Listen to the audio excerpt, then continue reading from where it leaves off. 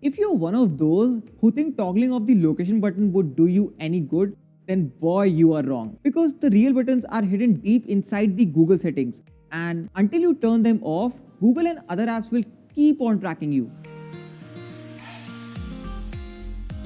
Hey guys, what's up? I'm CJ from Bytes, and today I will tell you 12 tips and tricks for your Android device. But before we start, why don't you hit that subscribe button and the bell icon so that you don't miss out on the latest technology videos from us. Now without any further ado, let's get started. First, let's hide a location from Google. To do that, head over to the Google settings in your Android phone, tap on data personalization and toggle off the location history.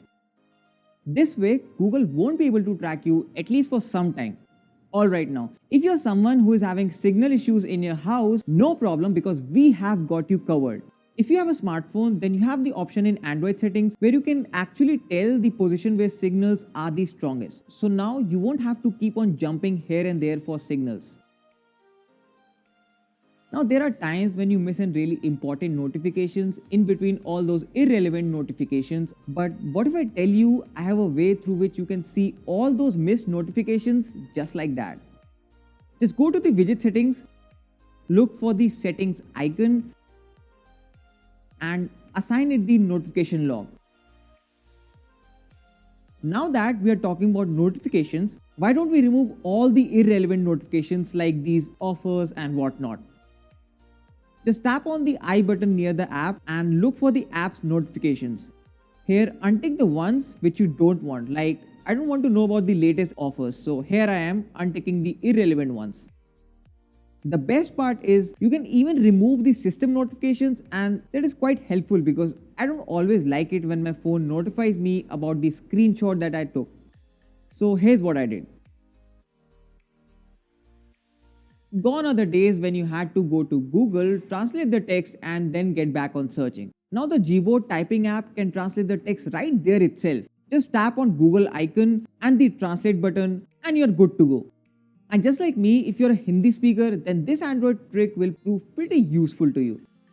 Now I know apps like ShareIt are available for fast sharing nowadays, but one of the things with such apps is that they're bundled with ads and unwanted content. So how about Files Go from Google, which not only lets you share files easily, but since it's Google, you can finally say goodbye to ads. And you also get a fantastic file manager app without ads and a junk cleaner as well. So it's a pretty sweet deal, I think.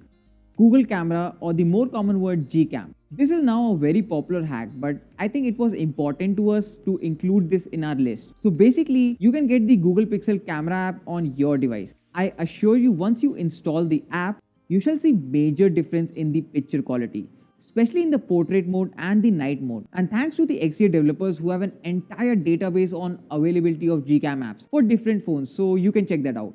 Moving on, if you have friends that have no boundaries, well, here is a way to make one. What you can do is you can activate screen pinning option in the Android settings. Just look for screen pinning under the Android security features and you're good to go. This way, the other person won't be able to switch to other apps until you want them to. Pretty useful, right? Now I know a lot of you are not into the habit of using Google Assistant, but if you are, then here's a trick for you. Okay Google, good morning. Good morning, CJ. It is 6:05 a.m. Currently in Noida, it's 98 with haze. Today, it'll be partly cloudy with a forecast high of 98 and a low of 79. Have a great day. By the way, this was my daily morning routine. But personally, I think Google Routines is one of the best features of Google Assistant because here Google does a bunch of tasks on just a single command. Like what the assistant should do, should it play music, if yes then which one, and different other things. And similar to this, Google has a bunch of routines and all of them can be tweaked, so I think it's a pretty amazing feature. If you are fond of dark mode on your device, then you will definitely like this. Did you know that you can also have a dark mode on the Chrome app? For this, you will just have to access the Chrome flags and turn on the dark theme experimental options. And since the feature is still in working, you might see some errors in the implementation of the dark background. Moving on, here are some tricks for you if you have Android Q installed on your device right now. And by right now, I mean people who have installed Android Q Beta 3. Of course, if you haven't installed it yet, feel free to skip this part. Okay, so one of the best things with Android Q is that you now have the option of changing the theme of your Android device. You can find the settings in the developer options. Also, the themes are system wide, so that's a pretty cool feature. Also, since the Android Q pill button is gone, earlier you had to long press to open Google Assistant. This time there is a new method, though it's not very smooth. So guys, those were some amazing tips and tricks for your Android device. Let me know in the comments if these tips helped you and which one did you already know about. That's all for today. I hope you liked the video. Do give it a thumbs up and hit that subscribe button if you haven't already. Okay folks, see you later.